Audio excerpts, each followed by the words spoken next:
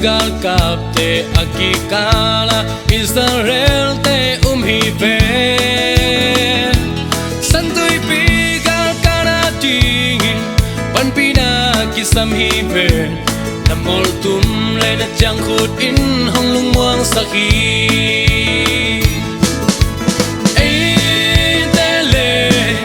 Pasian kizom na ang main dal zo lo Santoy pile mo liante sang tau pa lian zo hi pe an kam tang tia na nei le tin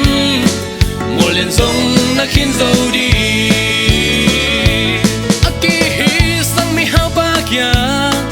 ne ring nei lo mi zong pa apum tung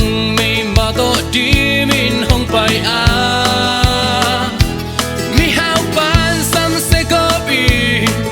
za go in hol kia a Abraham ang thang ban gam manuam sa hi ei tele pasian kizom na ang main dal zo lo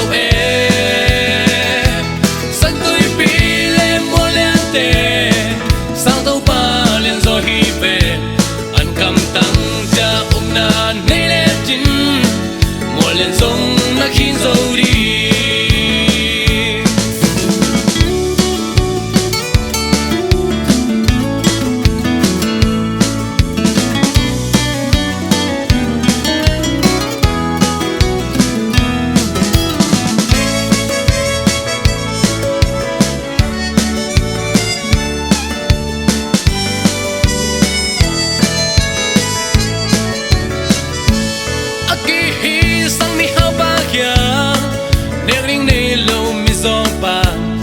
apum tung mei ma to dim min hong pai a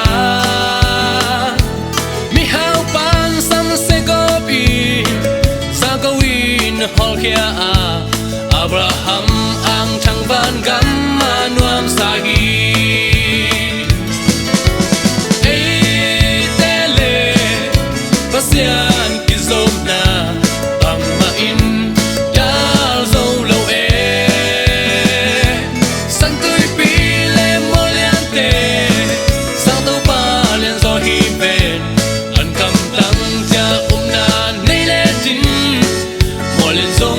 khin zo đi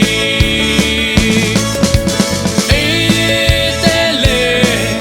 pasian kizom na